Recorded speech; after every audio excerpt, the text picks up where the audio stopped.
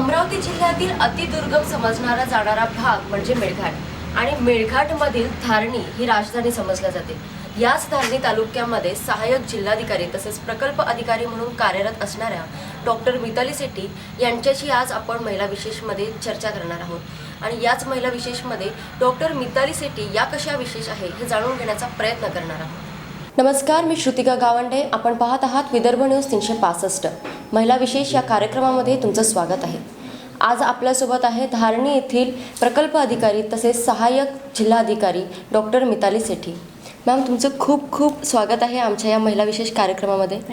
तुम्ही नुकत्याच इथे जॉईन झाला आणि एकंदरीत कसा तुमचा अनुभव आहे इथल्या कामाचा? माझी जॉईनिंग झाली आहे ऑक्टोबर महिन्यात, पण अमरावतीमध्ये माझी प्रोबेशन पण झाली आहे। सो मागचं मला वाटते की 2018 पासून मी इथेच आहे।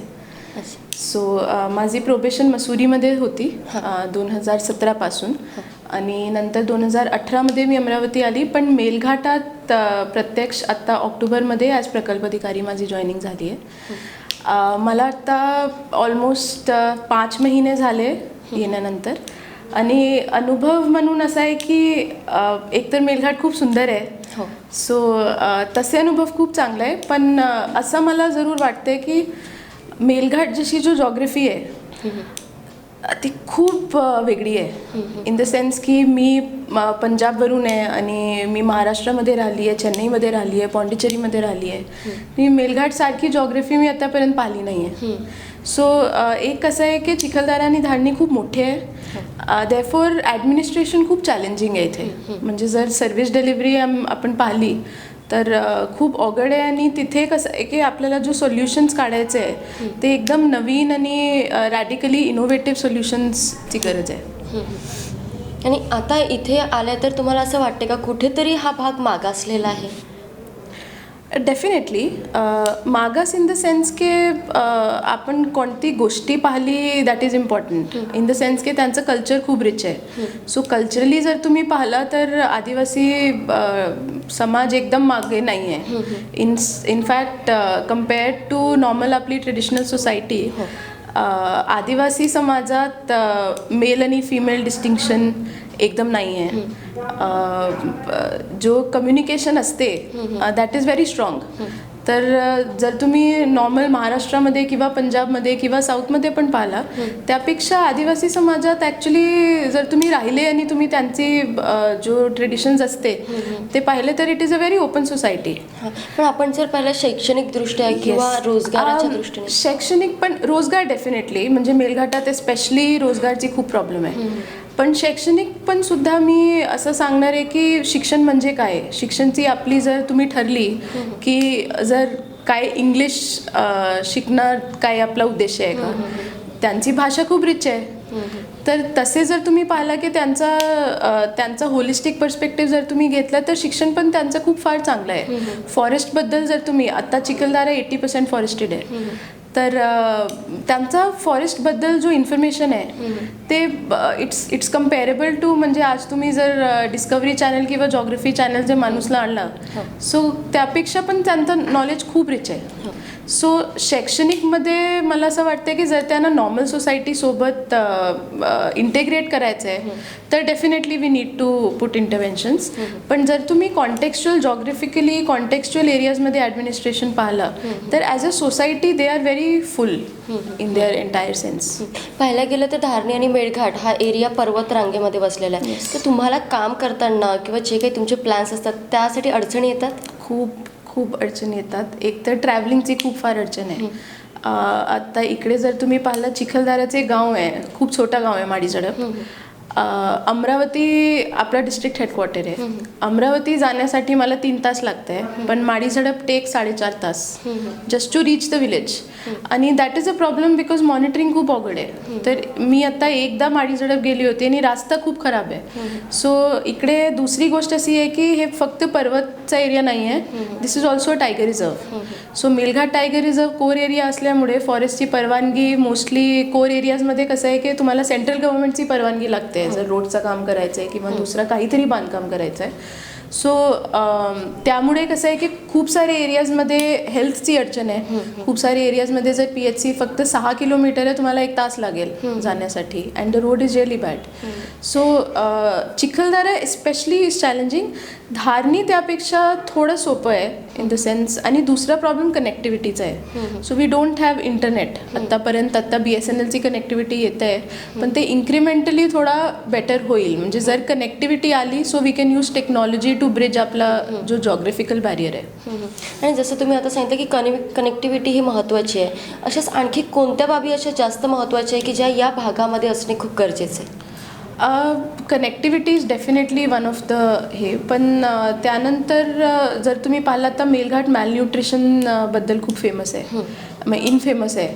आणि न्यूट्रिशनचं कसं आहे की आपल्याकडे सिस्टम्स इन्फ्रास्ट्रक्चर एस्टॅब्लिश्ड आहे, पण मॅनपॉवर एन्श्युअर करणं की जिल्हा परिषदचे टीचर्स ॲक्च्युली तर हत्रू एरियामध्ये जर तुम्ही पाहिला तर टीचर क्वार्टरचं इन्फ्रास्ट्रक्चर खूप वाईट आहे.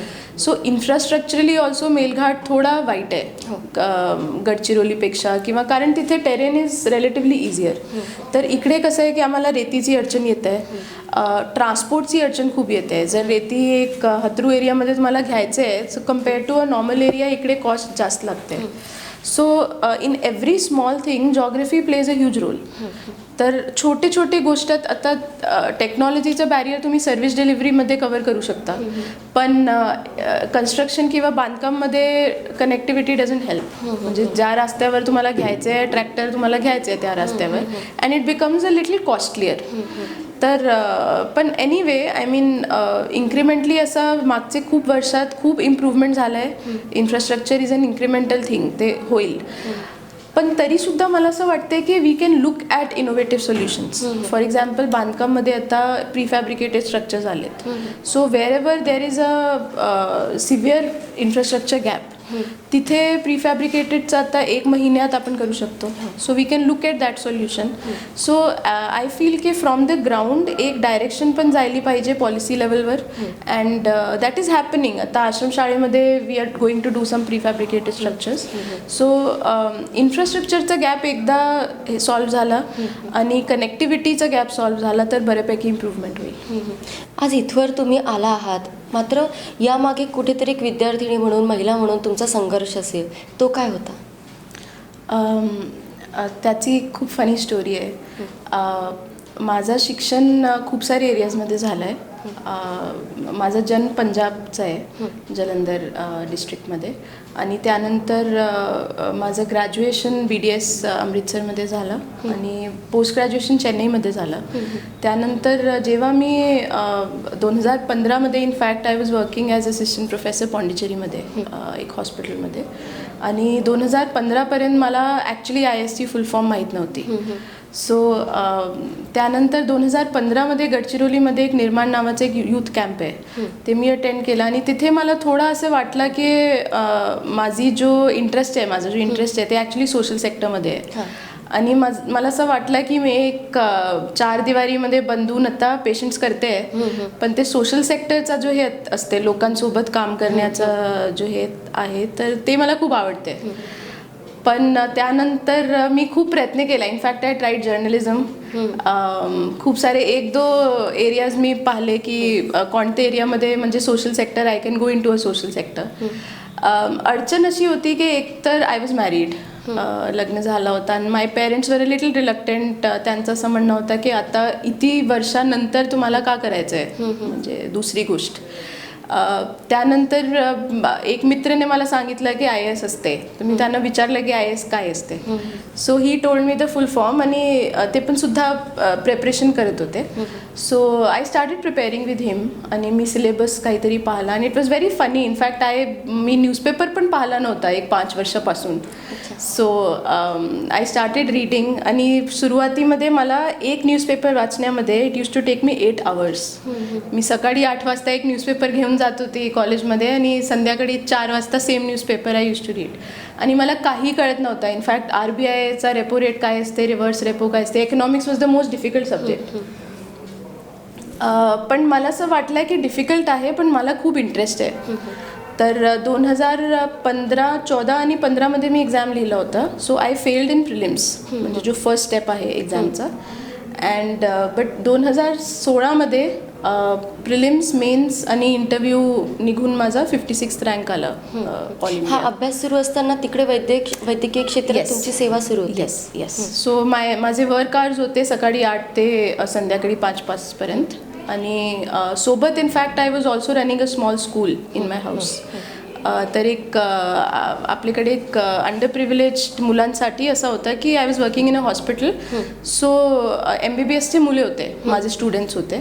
So we were running a small teaching project, जिथे संध्याकाळी माझे घरामध्ये लोक येऊन यांना शिकवते. सो एक मुलगी होती चंद्रिका नावाची. So it was quite touching की 31 मे माझा रिझल्ट आला अँड आय क्लिअर्ड IAS 2016मध्ये. आणि 5 जुलै तिचा रिझल्ट आला अँड शी क्लिअर 10th. आणि ते मुलगी चंद्रिका वॉज 17 years old आणि ते कधी स्कूल गेली नव्हती. So we made her write exam through open schooling.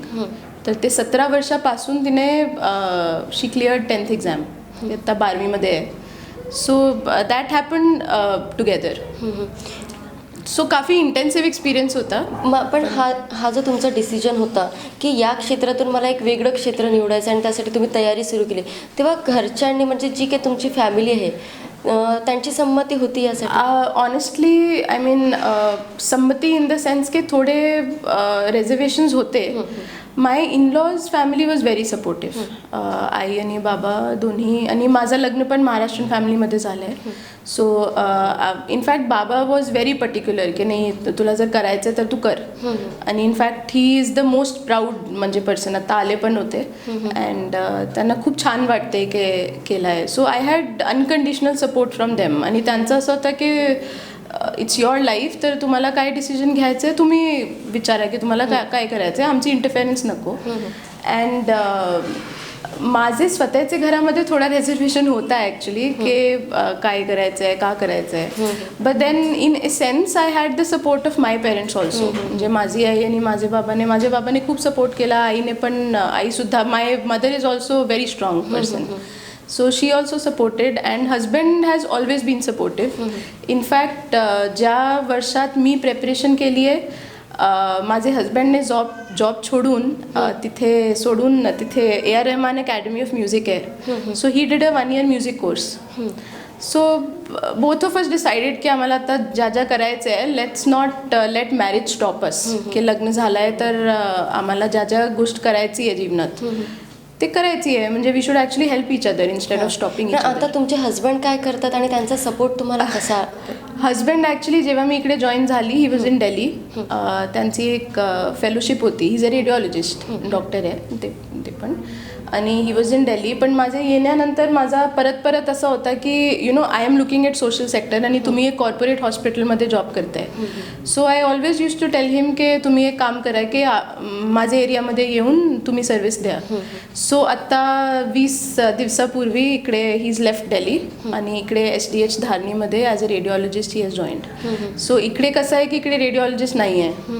And आत्ता रेडिओलॉजिस्ट ही हॅज कम. तर कसं आहे की मोस्टली लोकांना जाऊन लागतं आहे किंवा बुरहानपूर किंवा अमरावती. आणि अमरावतीचा रस्ता खूप अवघड आहे कारण सगळे घाट आहे. सो त्यांचं जॉईन येण्यानंतर कसं झालं की at least we have a radiologist here. तर लोकांना जर गरज आहे तर इकडे हॉस्पिटलमध्ये जाऊन स्कॅन करू शकते. सेकंड प्रॉब्लेम हेल्थमध्ये कशी आहे की most of our focus has always been maternity health. कारण IMR इन्फंट मॉर्टॅलिटी जास्त आहे, मालन्यूट्रिशन जास्त आहे. पण आय हॅव ऑलवेज थॉट की मेल्स पण बिमार पडते आहे ना. म्हणजे त्यांचं पण पोट दुखते आहे, त्यांना पण स्कॅनची गरज असते. सो आत्ता radiologist has joined. So we can branch out into diverse areas. तर आता USG ॲबडॉमेन आता सुरू झालं आहे. सो आय होप की in 1 year we can set up a system. At least जर एक रेडिओलॉजिस्टने सिस्टम तिथे सेट केला तर at least more people can come. असं आहे. आणि जसं तुम्ही सांगितलं की तुम्हाला आत्तापर्यंत काही दिवसांपर्यंत माहीत नव्हतं की IASचा लॉंग फॉर्म काय आहे. आणि जेव्हा कॉलेज लाईफमध्ये होते तेव्हा तुमचं निश्चित होतं की डॉक्टर लाईनमध्ये जायचं आहे? Not really. I was always a humanities person. म्हणजे जर तुम्ही आत्ता मला विचारला की तुम्हाला परत तिथे जाऊन काय करायचं आहे, I would not have become a doctor at all. I would have done काहीतरी लिटरेचर किंवा सायकॉलॉजी, आणि सायकॉलॉजी माझा ऑप्शनल सब्जेक्ट होता UPSCमध्ये पण. सो पण तरीसुद्धा डॉक्टरची फील्ड आणि IASची फील्ड ॲक्च्युली वेगळी नाही आहे. Because what happens is every time you learn a technical गोष्ट, तुम्ही ॲक्च्युली प्रॉब्लेम सॉल्विंग शिकता. So once you learn how to solve a problem, की त्याचं लॉजिकल रॅशनल काय असते, म्हणजे एक प्रॉब्लेम सॉल्व कसे करायची आहे, दॅट इज अक्रॉस ब्रांचेस. तर ते IAS झाला किंवा डॉक्टरी झाली, तर एक प्रॉब्लेम माझी अशी होती की I was a post graduate, so I was in a specialise field, आणि माझी सवय अशी होती की जर माझ्याकडे काहीतरी गोष्ट आली तर I can go very deep. पण IAS is a generalist posting, म्हणजे तुम्हाला खूप व्हेरियस इश्यूज हँडल करायला लागते. तर बांधकाम आणि हेल्थ आणि एज्युकेशन खूप वेगळे वेगळे विषय आहेत. So as a generalist you are suppose to handle very very different things, आणि तुम्ही इथे डीप जाऊ शकत नाही. पण आय फील की since I was a specialist आणि मला थोडी सवय आहे की मी तसं करू शकते. In fact it has help me across branches. So आणि that is true for all cases. Engineers जो इकडे येते, so everybody brings a skill, आणि आय फील की all IAS officers bring something to the table. ते स्किल तुम्ही जेव्हा जोडली ना, तर it becomes a very nice melange of खूप सारी स्किल्स येते टेबलावर, आणि that is what you use to solve a problem. एकंदरीत म्हणजे जे कार्य तुम्हाला करायचं होतं ते तुम्ही सध्या करतायत. मात्र हे सगळं सुरू असताना प्रत्येकाच्या आयुष्यात बालपण हे खूप महत्त्वाचं असतं. ते तुमचं कसं गेलं? बालपण मी पंजाबमध्ये होती and I was in a girls school 10वीपर्यंत. सो ऑनेस्टली म्हणजे 10वीपर्यंत मला आठवण पण नाही आहे की मी काय केलं आहे. I was a very quiet child, आणि काही मी बोलत पण नव्हती. पण देन 11वीमध्ये माझी एक इंग्लिश टीचर होती, कोली मॅम म्हणून, and she actually used to tell me की you write very well, essay आणि हे सगळं. So then she started picking me up, and त्यांचं असं होतं की तू असेंब्लीमध्ये उभी राह आणि तू बोल. आणि I was very reluctant. I use to say की नाही, मला बोलायचं नाही, मला क्लासमध्ये बसायचं आहे. पण मला वाटते की ते जो एक लिडरशिप क्वालिटी होती की तुम्ही इकडे येऊन असेंब्लीमध्ये तुम्ही उभा इकडे आणि तुम्ही बोला, that is something that she taught me. ते जो भीती असते ना तुमच्या मनात, डोक्यात, की सगळ्यांसमोर मी कसे बोलू शकते आणि मी हे कसे करू शकते, आणि जर हे झालं तर काय, जर ते झालं तर काय. आणि गोष्ट झाली ना, म्हणजे खूप सारे माझी मी चुकली, आणि खूप सारे एरियाजमध्ये माईक बंद पडला, मला विसरला काय सांगायचं आहे. पण ते मी सगळं 11वी 11वी आणि 12वीमध्ये केला. So I was a little confident by the time माझी ग्रॅज्युएशन झाली. आणि ग्रॅज्युएशनसाठी मी हॉस्टेलमध्ये गेली. सो ते पण नवीन एक्सपिरियन्स होता. खूप सारे मित्रमैत्रिणी भेटले, आणि I have made a lot of friends in my life who have taught me की म्हणजे आणि सगळे लोक विचित्र बॅकग्राऊंड असते सगळ्यांचं. So you learn from everybody, म्हणजे अँड दॅट रिअली हेल्प्स. आणि जसं तुम्ही आता सांगितलं की आधी थोडं डेअरिंग कमी होतं, आणि त्या मॅमने जसं तुम्हाला सांगितलं की डेअरिंग हे किती महत्त्वाचं असतं, तसं आत्ताच्या ज्या स्त्रिया आहेत महत्त्वाच्या, म्हणजे ज्या ग्रामीण भागातील स्त्रिया असतात यांच्यामध्ये आपल्याला कुठेतरी बाहेर जाऊन निघण्याचं त्यांना धडपड करायचीच असते. मात्र जे एक डेअरिंग असतं की मीही काही करू शकते, स्वतःची ओळख निर्माण करू शकते, कुठेतरी कमी पडतात असं वाटतं का? आणि यावर तुम्हाला काय वाटतं उपाय म्हणून? मला असं वाटते की आम्ही आपले जो मुले आहेत त्यांचा जो we have to raise our children properly. कारण मोस्ट ऑफ द हाऊसहोल्ड्समध्ये कसं असते की मुलं आणि मुली यामध्ये हे जो भेदभाव आहे ना, दिस स्टार्ट्स फ्रॉम चाइल्डहुड. म्हणजे आय डोंट थिंक के फॅमिलीजमध्ये आम्ही सांगते आपली मुलींना की तुम्ही पण प्रेसिडेंट होऊ शकतात, किंवा मोस्ट ऑफ द मुलींना असं सांगते सगळेजण की तू मेकअप कर, तुला हे कपडे टाकायचे आहे, तुला सास ससूरसाठी हे करायचं आहे घरकामामध्ये. हां, म्हणजे most of the priming of women is की तुला हे करायचं आहे जीवनात. So if a woman thinks के मला प्रेसिडेंट व्हायचं आहे, किंवा मला पॉलिटिशियन व्हायचं आहे, किंवा मला या एरियाजमध्ये जायचं आहे, तर the society treats them very differently. म्हणजे विचित्र वाटतं जर एक मुलीने उगून असं सांगितलं की मला हे करायचं आहे. इनफॅक्ट आदिवासी एरियाजमध्ये they are very forward with this. जर मुलीने सांगितलं की मला हे करायचं आहे, they take it very normally की ठीक आहे करायचं तर तू कर. It's very funny actually. So we have to start learning to treat boys and girls equally. आणि ते स्टिरियोटाईप अशा आहे की it has become normalised. For example आता माझे SDO ऑफिसमध्ये आणि ही प्रश्न मी खूप सारे लोकांना सांगते. माझे SDO ऑफिसमध्ये माहिती आहे तुम्हाला किती विमेन आहे, म्हणजे किती लेडीज आहेत आउट ऑफ मला वाटते किती लोक आहे SDO ऑफिसमध्ये 11-12 0 women. It's a completely male office. नगरपंचायतची त्या दिवशी पूर्ण टीम आली होती माझ्याकडे. There were 20 people in that office, all males. And it is normalised. We have normalised it in our head की आमचे रूममध्ये जर लोक बसलेत आणि सगळेजण मेल्स आहेत, it is normal. It is not normal.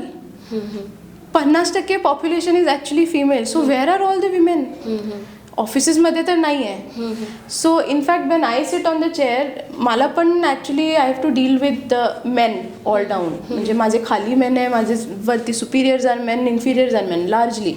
आणि खूप सारे प्रॉब्लेम्स असते. Look at the problems that women have with bathrooms on field. We have not created offices for women. मागच्या वेळी I was the chief officer in Morshi and when I joined तिथे bathroom नव्हता. So मी त्यांना असं सांगितलं की तुम्ही बाथरूम क्रिएट करा तर मी ऑफिसमध्ये येईल, नाही तर मी येणार नाही. 4 दिवसात we created a bathroom because an IAS officer was posted. पण जर मी IAS ऑफिसर नाही आहे, if a normal woman walks in an office, तिच्यासाठी बाथरूम नाही आहे. So these are things that we start to need changing.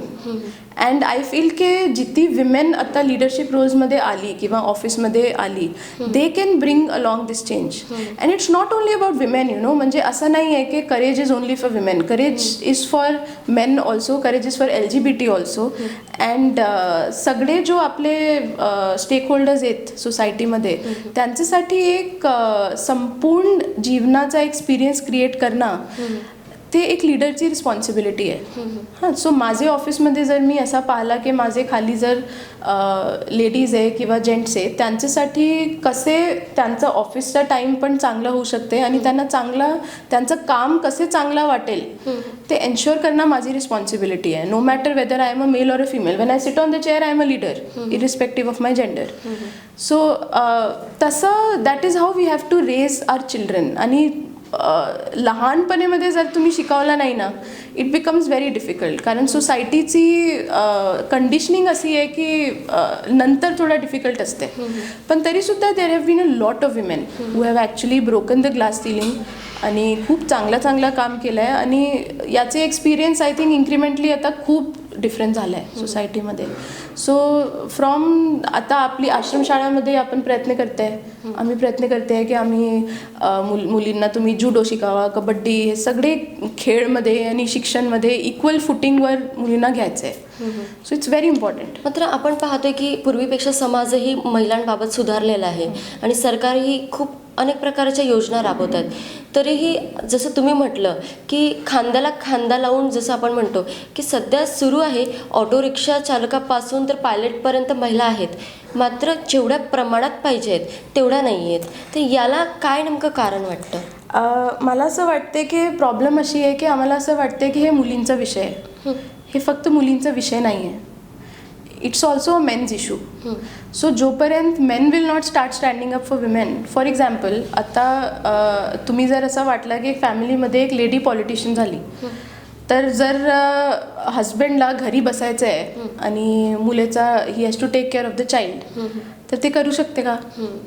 So that change also has to happen. म्हणजे एक मेलला जर भरतनाट्यम डान्सर बनायचं आहे, त्याची पण परमिशन नाही आहे. म्हणजे इक्वॅलिटी ॲक्च्युली फक्त फिमेलसाठी हार्मफुल नाही आहे, मेलसाठी इक्वली हार्मफुल आहे. कारण त्यांना जर if a male wants to cry किंवा male wants to go to a female oriented profession, त्यांना पण तिथे फ्रीडम नाही आहे.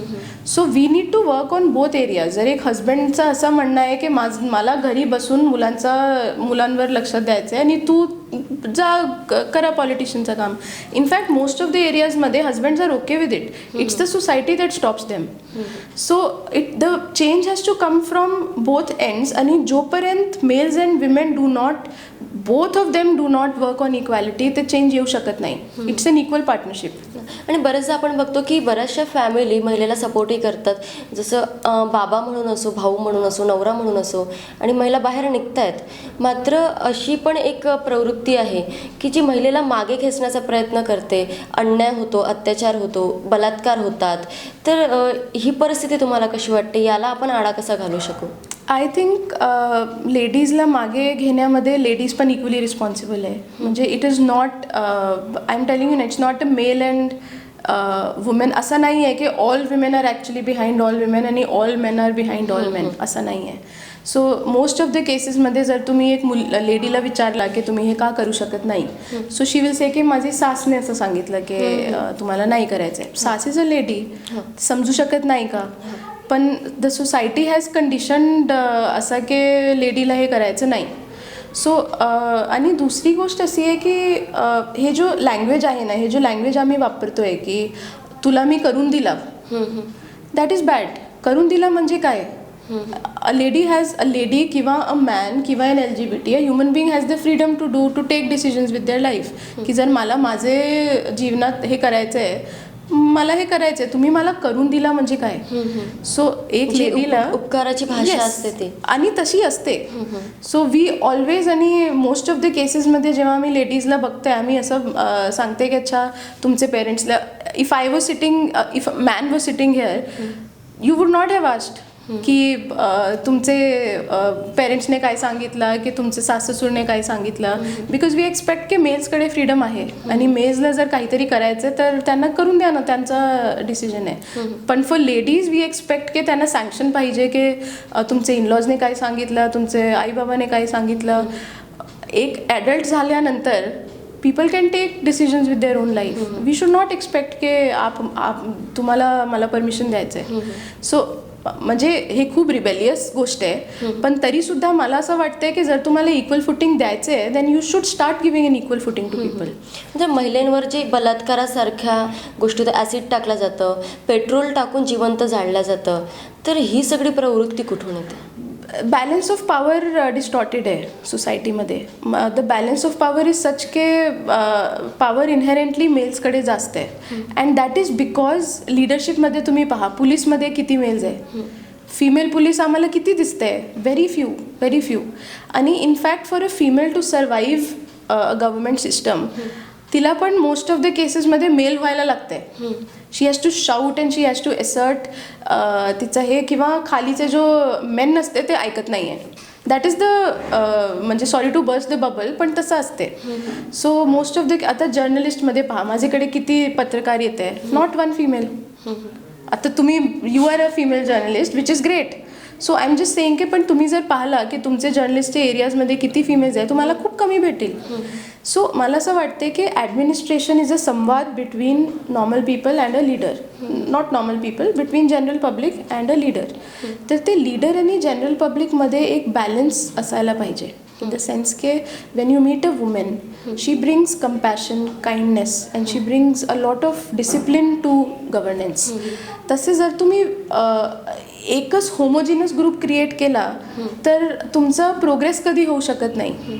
जोपर्यंत तुम्ही डायव्हर्सिटी इंट्रोड्यूस करणार नाही, तोपर्यंत तुमच्या एरियामध्ये जर तुम्हाला प्रोग्रेस करायचं आहे, तोपर्यंत होऊ शकत नाही. आणि जसा समाज प्रत्येकाला पाहिजे, परिस्थिती प्रत्येकाला पाहिजे, तर त्यासाठी महिलांनी काय करायला पाहिजे आणि पुरुषांनी काय करायला पाहिजे? तुम्ही कोणता संदेश देऊ इच्छिता आमच्या विदर्भ न्यूजच्या मार्फत प्रेक्षकांना? So I would just want to say की फर्स्टली तर जर चेंज करायचं आहे तर सर्वात जास्त चेंज आपल्याला आपल्यामध्ये करायचं आहे. So instead of constantly saying की तुम्ही हे चेंज करा आणि तुम्ही हे चेंज करा, आपण आपल्यामध्ये काय चेंज करू शकतो, that is the first thing that we should always believe. तर आपल्यामध्ये वी हॅव टू अंडरस्टँड की आपल्या डोक्यात खूप सारे स्टिरियोटाईप्स आणि प्रेज्युडायसेस असते की मेल्सला हे करायचं आहे आणि फिमेल्सला हे करायचं आहे. तर त्याचे सोबत आत्ता लिटरली वी हॅव टू युद्ध टाकायचं आहे की जंग आहे. आणि स्वतःचे डिसिजन्स चॅलेंज करणं is a very important quality. तुम्ही तुमचे काम ॲज अ थर्ड पार्टी बघू शकता की नाही, आणि तुम्ही स्वतःला सांगू शकता की हे मी चांगला डिसिजन घेतला किंवा वाईट घेतला. आणि स्वतःची सेल्फ डिस्कवरी आणि सेल्फ इम्प्रूव्हमेंट खूप इम्पॉर्टंट आहे. त्यानंतर सेकंड मोस्ट इम्पॉर्टंट गोष्ट अशी आहे की ॲटलिस्ट जो आपली नेक्स्ट जनरेशन आहे, आपले मुलं आहेत, ॲटलिस्ट त्यांच्यावर आत्ता खूप जास्त भार आहे. क्लायमेट चेंज असते किंवा टेक्नॉलॉजी असते, त्यांच्यावर आत्ता हे खूप भार आहे की त्यांना radically the world has to change on their shoulders. तर त्यांना स्किल कसे द्यायचे आणि त्यांचे डोक्यात ॲटलिस्ट आपले स्टिरियोटाईप्स आणि प्रेजुडायसेस आपल्याला पास नाही करायचं आहे. So my request to everybody is की आणि आम्हाला खूप वाचायचं आहे. सगळा ग्लोबल विजन कशी आहे आणि ग्लोबल ज्ञान काय असते.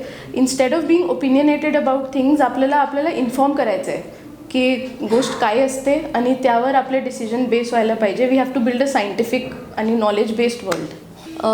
तुम्ही आता सध्या सहाय्यक जिल्हाधिकारी तसेच प्रकल्प अधिकारी म्हणून काम करत आहात. तर या एरियासाठी तुमचे समोरचे स्वप्न काय आहेत? कोणतं कार्य तुम्हाला करायचं आहे? विजन काय आहे तुमचं? सो खूप सारे एरियाजमध्ये आता आम्ही एक 4 महिन्यात प्लॅन केलं आहे. एक तर आपला खूप मोठा एरिया आहे आश्रमशाळेचा. दुसरा कुपोषणच्या एरियामध्ये आम्ही एक IIT बॉम्बेसोबत MOU केलं आहे आणि खूप सारी टेक्नॉलॉजी करून we are mapping the entire Melghat area. आणि सगळी अंगणवाडी, PHC, आश्रमशाळा, जिल्हा परिषद शाळा आणि PDS शॉप्स यांचा we are going to do a mapping. आणि मायक्रो टार्गेटिंग इज प्लॅन्ड की म्हणजे कोणत्या एरियामध्ये ॲक्च्युली क्लस्टर्स आहे जिथे मॅलन्यूट्रिशन जास्त आहे आणि कोणत्या एरियाजला we can actually declare malnutrition free. So geographically आपल्याला बघायचं आहे की या मोठे स्केलमध्ये where can be micro target आणि तिथे जर प्रॉब्लेम आहे तर तिथे फिक्स करायची आहे. कारण आपल्याकडे इथे रिसोर्सेस नाही आहे की आम्ही 350 विलेजेसमध्ये रिसोर्सेस डिस्ट्रीब्यूट करू शकतो. So I think as a new governance measure we always should learn how to micro target. आणि आश्रमशाळेसाठी आत्ता नवीन एक मिशन गरुड झेपची तयारी आहे. We are going to launch a new mission ज्यामध्ये आम्ही एक मास्टर ट्रेनर्सची टीम कन्स्ट्रक्ट करणार आहे. आपले जो सर्वात चांगले HMs आणि सर्वात चांगले टीचर्स आहेत त्यांची टीम कन्स्ट्रक्ट होईल. आणि प्रत्येक शाळेला आम्ही एक नोडल ॲक्टिव्हिटी दिली आहे. फॉर एक्झाम्पल जारिदाची आश्रमशाळेला आम्ही फायनान्सचा मॉड्यूल तयार करण्यासाठी दिलेला आहे. सो मुलींसाठी की तुम्ही बँक तिथे एक मॉडेल बँक उभा करा आणि मुलांना सांगा की बँकमध्ये व्यवहार कसे असते. So finance module. आणि माझे ऑफिसमध्ये प्रत्येक ऑफिसरकडे एक दत्तक शाळा आहे. So we have 20 government schools आणि माझे 20 ऑफिसर्स माझ्याकडे एक दत्तक आश्रमशाळा आहे. So we have taken our आश्रमशाळाज ॲज आर चिल्ड्रन आणि तिथे पण 5-5 मुले आम्ही दत्तक घेतलेत. So all of us go to आश्रमशाळाज नाव आणि आमची सगळे लोक एकदम तयार आहे म्हणजे प्रत्येक आश्रमशाळेमध्ये काय काय अजून करायचं आहे. आपण पाहायला गेलं तर धारणी आणि मेळघाट हा थोडाफार का होईना पण मागासलेला एरिया आहे आणि त्यामुळेच इथे जेवढे गावे आहेत त्यापेक्षा जास्ती NGOs आपल्याला दिसून येत आहेत. त्यापैकी काही NGOs खरोखर कार्य करत आहे, मात्र ज्या इतर NGO आहे ज्या सरकारचा फक्त पैसा मिळवण्याचा प्रयत्न करत आहे, यावर तुमची काय कारवाई असते? सो मागच्या महिन्यात आम्ही एक एक्सरसाइज घेतली होती की परत आम्हाला असं सांगणार हे असते की मेलघाटमध्ये जेवढे गाव आहे त्यापेक्षा जास्त NGOs आहेत. So we sat down one day आणि आम्ही विचारलं की ठीक आहे आम्ही लिहून घेतो आहे की कोणती NGOs आहे. We had 36 NGOs. Most of the societies जे तुम्ही NGOs म्हणता they are actually registered as religious society किंवा एक अशी काहीतरी संस्था. They are not really NGOs. So they are only societies. तर आत्ता 36 सोसायटीज जो आम्हाला सापडली त्यासाठी एक ट्रायलॉग मेलघाट नावाचा एक कॉन्फरन्स आम्ही ठेवला होता मागच्या महिन्यात. And we called all NGOs आणि त्यांना त्याला सांगितलं होतं की तुम्ही प्रेझेंटेशन करा आणि आम्हाला तुमचे कामाबद्दल सांगा. आणि हे आमचा जो IIT बॉम्बेचा MOU आहे त्याचा भाग आहे. So what we are doing now is आम्ही सगळी NGOsला मॅप केलं आहे. सो काही NGOsला आम्हाला असं वाटलं की ते ज्या एरियाजमध्ये काम करते आहे ते ॲक्च्युली म्हणजे खूप जवळचे एरियाज आहेत म्हणजे तिथे आम्ही पण करू शकतो. So we have requested NGOs की तुम्हाला मॅपिंग करण्यानंतर जर आता आम्ही असं सांगितलं की तुम्ही या एरियामध्ये काम करा तर तुम्ही करू शकता की नाही.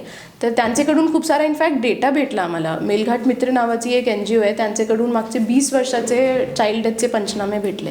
सो आम्ही ते डिजिटाईज करते आत्ता सगळं. बट NGOsचं जर असं आहे की ते शासनाची निधीला गैरवापर करते. So we have increase our monitoring now आणि माझ्याकडून एक रिपोर्ट सेक्रेटरी लेवलपर्यंत जाते की प्रत्येक NGOचा कसा आहे आणि कसे इम्प्रूव्ह पण करू शकते.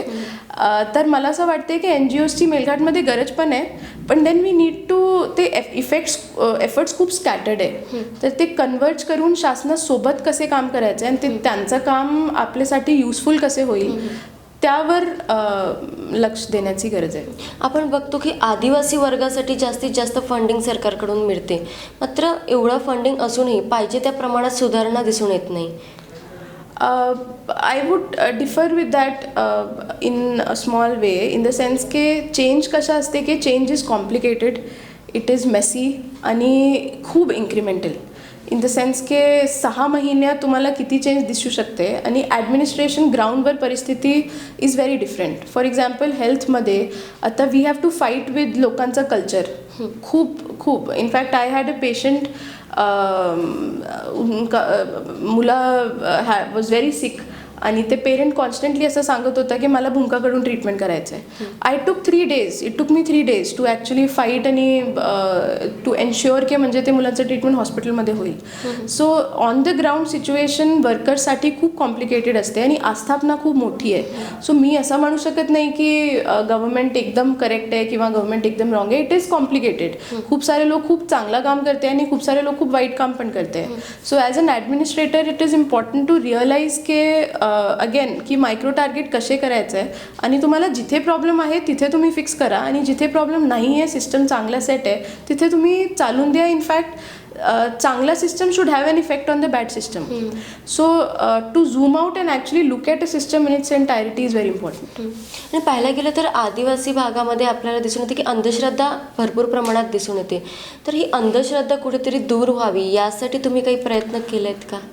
मला असं वाटतंय की सोसायटीची प्रॉब्लेमसाठी जर सोसायटीमधून सोल्युशन आलं तर ते that is the best solution.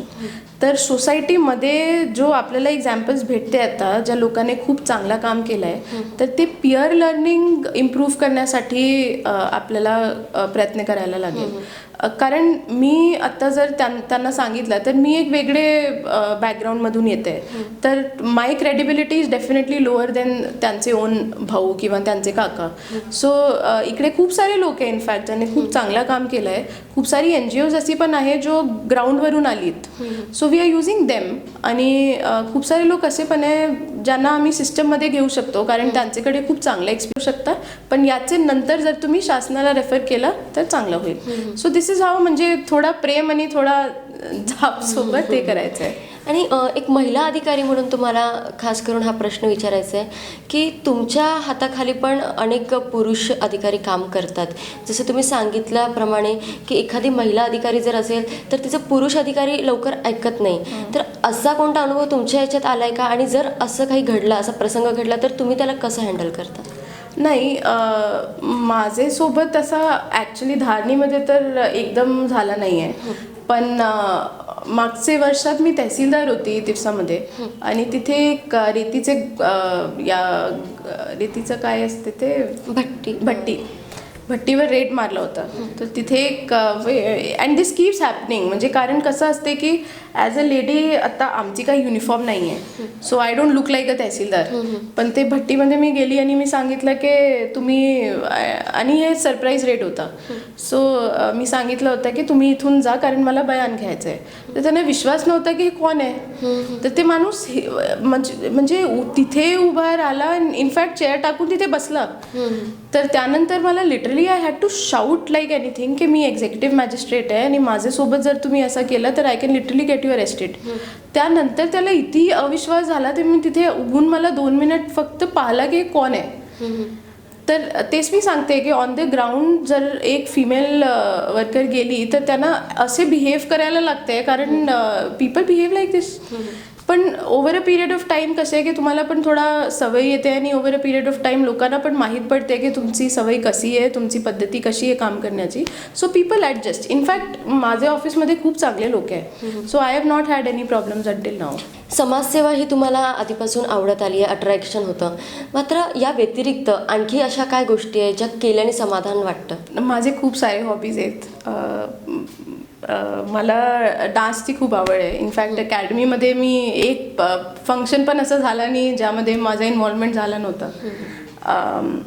रायटिंगची खूप आवड आहे. आता मला वेळ मिळत नाही आहे पण आय लव्ह रायटिंग. रायटिंग जेव्हा करता तर कोणत्या विषयावर जास्त भर? माझा एक ब्लॉग आहे आणि त्या ब्लॉगवर आत्ता सुरुवातीमध्ये माझा एक्झाम क्लिअर झाला होता, त्यानंतर मी खूप लिहिला होता, एक्झामबद्दल पण लिहिला होता आणि आता माझे ग्राउंडचे एक्सपिरियन्सेस काय आहे त्याबद्दल मला लिहायचं आहे. आणि मला रिसर्च रायटिंगचा पण खूप खूप आवडते. इन द सेन्स की मला असं वाटते की ग्राउंड लेवल ऑफिसरची रिस्पॉन्सिबिलिटी आहे की तुमचे ग्राउंडचे एक्सपिरियन्सेस वगळून तुम्हाला पॉलिसी लेवलवर सांगायचं आहे की ॲक्च्युली काय करायला पाहिजे, कारण पॉलिसी लेवलचे लोक इकडे येऊ शकत नाही. सो माझी रिस्पॉन्सिबिलिटी आहे की जर मेलघाटासाठी एक वेगळी पद्धती करायची आहे तर रिसर्च आणि हे सगळा अभ्यास करून मला सांगायचं आहे की मेलघाट वेगळा एरिया आहे, त्याची जॉग्रफी वेगळी आहे, आणि जर एक कॉन्टेक्स्चुअल पॉलिसी पाहिजे तर त्यांना इन्फॉर्म करण्याची माझी जबाबदारी आहे. सो आणि इन्फॉर्म करण्याचं कसं आहे की माझा डायरेक्ट ॲक्सेस नाही आहे, ते दिस इज ओनली थ्रू पेपर्स, किंवा जर मी काय लिहिलं आणि एक लेटर पाठवली, आणि ते पण एक स्किल आहे, एक आर्ट आहे की तुम्ही लेटर कसे लिहिली आणि कोणती भाषात लिहिली की त्यांना असं वाटलं की हे खूप गरजेचं आहे आणि हे द्यायचं आहे त्यांना. सो रायटिंगची मला खूप आवड आहे. आता आय एम लर्निंग थिंग्स. तर गिटार शिकते मी घरी, पेंटिंग करते. So I have lot of hobbies. अजून आहे कोणतं? हे करू, एंड करू. खरं तर खूप चॅलेंजिंग एरिया आहे मेळघाट धारणी, आणि यासारख्या एरियामध्ये तुम्ही कार्यरत आहात, आणि खूप चॅलेंजिंग असं काम आहे तुम्हाला पुढे करायचे जे तुम्ही आम्हाला सांगितले. त्यासाठी आमच्याकडून पुरेपूर शुभेच्छा तुम्हाला, आणि तुम्ही एवढ्या सगळ्या यातून आम्हाला जो वेळ दिला त्यासाठी धन्यवाद. Thank you very much. थँक्यू.